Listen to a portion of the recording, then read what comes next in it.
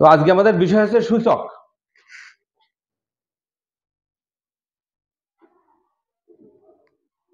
সূচক কাকে বলে?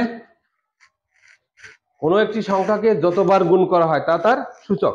মনে করো আমি 2 কে গুণ করলাম, 2 গুণ 2 গুণ 2 গুণ 2, কতবার গুণ করেছি? 4 বার, মানে 2 to the power 4, 2 to the power 4। এইটিকে বলা হয় সূচক, অর্থাৎ যতবার গুণ করে 4 বার গুণ করেছি তাহলে 4, এটা হচ্ছে সূচক। আর এইটাকে বলা হয় বেজ বা ভিত্তি। বেজ বা ভিত্তি। তাহলে সূচক হচ্ছে কি? কোনো একটি সংখ্যাকে যতবার গুণ করা হয় তা তার সূচক। মনে করো এ একটি সংখ্যা, এই সংখ্যাকে আমি 3 বার গুণ করলাম, তার মানে এটাকে লিখবো a টু দি পাওয়ার 3। ঠিক আছে, এ কে আমি এইভাবে গুণ করলাম, m তম বার গুণ করলাম, যত সংখ্যা হোক, তার মানে এটাকে আমি লিখবো a to the power m। A K m তম বার গুণ করলে a to the power m হবে। ঠিক আছে, তো আমরা যখন মনে করো 3 টু দি পাওয়ার 2, এটাকে আমি 3 টু দি পাওয়ার 3 দিয়ে গুণ করব, 3 টু দি পাওয়ার 3 দিয়ে গুণ করব, তখন যে কাজটা করব, মনে করো এই 3 ইন্টু 3, 3 টু দি পাওয়ার 2 মানে কি 3 দুইবার গুণ, এর সঙ্গে আমি 3 ইন্টু 3 ইন্টু 3 তিনবার গুণ, তার মানে এই টোটাল কতবার গুণ করা হয়ে গেছে বলতো? 3 টু দি পাওয়ার 5। এই কাজটাকে আমরা সহজে দেখো 3 আর 2 যোগ করলে কিন্তু 5 পাই, তার মানে আমি পাই 3 to the power 2 plus 3 equal to 3 to the power 5। ঠিক আছে, আমরা যখন গুণ করি পাওয়ার যোগ হয়। তো এই বিষয়টা থেকে আমি একটা সূত্র লিখতে পারি কিনা, a to the power m into a to the power n, মানে a m বার গুণ করলাম, আবার a n তম বার গুণ করলাম, করার পরে যেটা পেলাম a to the power m plus n। ঠিক আছে, বুঝছি? এখন দেখো এটি একটা সূত্র, a to the power m into a to the power n equal to a to the power m plus n। অবশ্যই তোমার বেজ একই হতে হবে, দুটো ক্ষেত্রে বেজ একই হতে হবে, এ এখানেও আছে এ এখানেও আছে। যদি এরকম হতো যে a to the power m into b to the power n, এটাকে কিন্তু সূত্রে আনতে পারতাম না, কারণ কি বেজ আলাদা। তার মানে a to the power m, এটাকে আমরা জাস্ট এইভাবেই লিখতে পারবো, a to the power m b to the power n, just এইভাবে লিখতে পারবো। ঠিক আছে, তার মানে আমি যদি এ বি এর পাওয়ার যদি অন অন থাকে বা 2 2 থাকে, এটা গুণ করি, তার মানে এটাকে পাবো a square b square, just এইভাবে। ঠিক আছে, তো পাওয়ার একই না হলে আমি সূত্র অ্যাপ্লাই করতে পারবো না। এবার আসি, মনে করো 3 টু দি পাওয়ার 3, এটাকে আমি 3 টু দি পাওয়ার 2 দিয়ে ভাগ করব। ঠিক আছে, তার মানে এটাকে আমি লিখতে পারি 3 into 3 into 3 divided by 3 into 3, কেটে যায় না? তার মানে এই এটা বাদ যাচ্ছে, এই দুটো উপরে থেকে বাদ যাচ্ছে না, তার মানে এখানে 3 টু দি পাওয়ার 1 বা 3 এটা লিখতে পারি। তার মানে আমি যদি 3 টু দি পাওয়ার 3 এটাকে আমি ভাগ করি 3 টু দি পাওয়ার 2 দ্বারা, তাহলে লিখতে পারো 3 to the power 3 minus 2 equal to 3 to the power 1 equal to 3।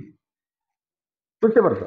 তাহলে এইটাকে আমি সূত্র আকারে লিখতে পারি a to the power m ভাগ a to the power n equal to a to the power m minus n। ঠিক আছে, a to the power m ভাগ a to the power n equal to a to the power m minus n। মনে করো 5 to the power 2 এর whole to the power 4, এটাকে আমরা কি লিখতে পারি, 5 টু দি পাওয়ার 2 4 বার গুণ, 5 to the power 2 into 5 to the power 2 into 5 to the power 2 into 5 to the power 2। এটাকে আবার লিখতে পারি 5 টু দি পাওয়ার 2 মানে 2 বার গুণ।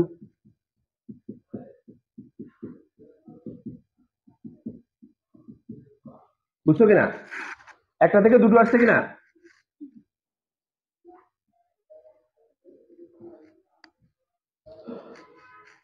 কতবার আসছে? 1 2 3 4 5 6 7 8 বার আসছে না, 5 টু দি পাওয়ার 8। এখন বলো 2 এবং 4 গুণ করলে আসবে, তাই না? গুণ করলে তাহলে এটাকে আমরা লিখতে পারি a to the power m এর whole to the power n equal to a to the power m into n বা mn। ঠিক আছে, এইভাবে আমরা লিখতে পারি। আচ্ছা, এবার দেখো একটা জিনিস এইভাবে খেয়াল করি। মনে করো 2 টু দি পাওয়ার 3 এর হোল টু দি পাওয়ার 3, এটা 3 না, এখানে বললাম 2। ঠিক আছে, আচ্ছা আরেকটা লিখলাম 2 টু দি পাওয়ার 2 এর whole to the power 3, just উল্টাই দিলাম। এখানে কি ঘটনা ঘটে? 3 টু দি পাওয়ার 3 কয়বার গুণ, সরি 2 টু দি পাওয়ার 3 কয়বার গুণ? 2 বার গুণ। এটাকে আবার ভাঙা লিখতে পারি 2 ইন্টু 2 ইন্টু 2 লিখতে পারি। তার মানে কত আছে বলো? 2 টু দি পাওয়ার 1 2 3 4 5 6 6। এখানে কি হয়? 2 টু দি পাওয়ার 2, এটা 3 বার গুণ, দেখো 2 into 2 into 2 into 2 into 2 into 2। তার মানে এখানেও কিন্তু 2 টু দি পাওয়ার 6 আসছে। উভয় ক্ষেত্রে একই আসছে কিনা?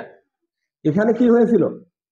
3 ভিতরে ছিল, 2 বাইরে ছিল। এখানে 2 ভিতরে 3 বাইরে, সংখ্যা দুটো একই। তাহলে আমরা এখান থেকে লিখতে পারি a to the power m এর whole to the power n equal to a to the power n এর whole to the power m। লিখতে পারি না? উল্টাই দিতে পারি, কারণ কি এখানে বিনিময় বিধি, গুণের বিনিময় বিধি কাজ করে। ঠিক আছে, ওকে।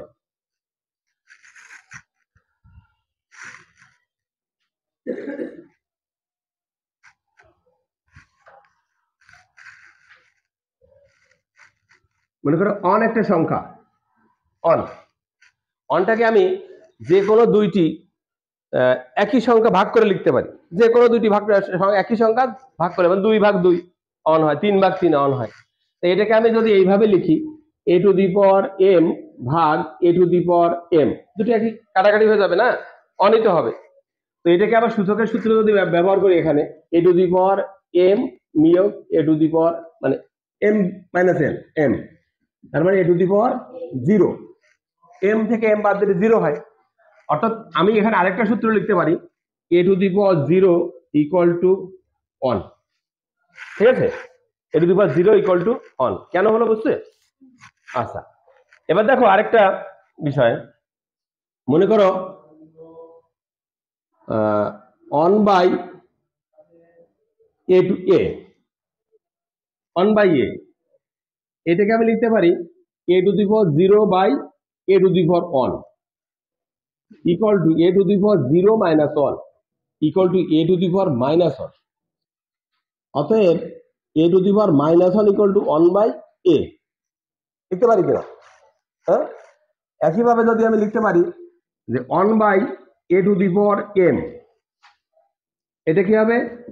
তাহলে 1 equal to a to the power 0, a to the power m equal to a to the power 0 minus m equal to a to the power minus m। তাহলে আমি আরো একটা সূত্র লিখতে পারি a to the power minus m equal to 1 by a to the power m। বুঝছি? a to the power minus m equal to 1 by a to the power m। ঠিক আছে,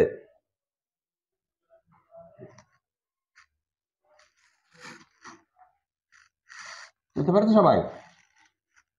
এখন এই যে সূচকের সূত্রগুলো, এগুলো ব্যবহার করে আমার এখন বীজগণিত রাশির যোগ বিয়োগ গুণ, সরি গুণ এবং ভাগ করার ক্ষেত্রে এগুলো লাগবে। মেইনলি গুণ এবং ভাগ করার ক্ষেত্রে সূচকের সূত্র ব্যবহার করতে হবে। ঠিক আছে, আরো অনেক ক্ষেত্র আছে যেখানে আমরা সূচকের সূত্রগুলো ব্যবহার করব। বুঝছি? আচ্ছা, এই রুটের ধারণা আছে কিনা? মনে করো রুট ওভার অফ 2, এটাকে কি বলা হয়? 2 টু দি পাওয়ার হাফ বলা হয়। 2 to the power half. Root over of cube root, এটাকে কি বলা হয়? 2 টু দি পাওয়ার 1 বাই 3। ঠিক আছে, তাহলে আমি যদি এইটা করি, এটা ইকুয়াল টু কি হবে বলো তো? a to the power 1 by m, 1 by m, ঠিক আছে? ওকে, তো এখন দেখি কিভাবে সূচকের সূত্র ব্যবহার করে আমরা বিভিন্ন সমস্যার সমাধান করি। আমি একটা অঙ্ক করে দেখাচ্ছি, দেখো। তোমাকে বলা হলো 7 to the power 3 into 2 to the power 4 into 7 to the power 2 into 2 to the power 2। তো প্রথম কাজ হচ্ছে, যাদের বেজ একই আছে তারাই কিন্তু আমরা করতে পারবো, বাকিদের করতে পারবো না। তাহলে আমি এইটা এর সাথে করতে পারি, এটার সাথে এটা করতে পারবো। সূচকের সূত্র ব্যবহার করে কি লিখতে পারি? 7 to the power 3 plus 2 into 2 to the power 4 plus 2 equal to 7 to the power 5 2 to the power 6। এইভাবে অ্যান্সারটা আসবে, ঠিক আছে? বুঝতে পেরেছো? ওকে।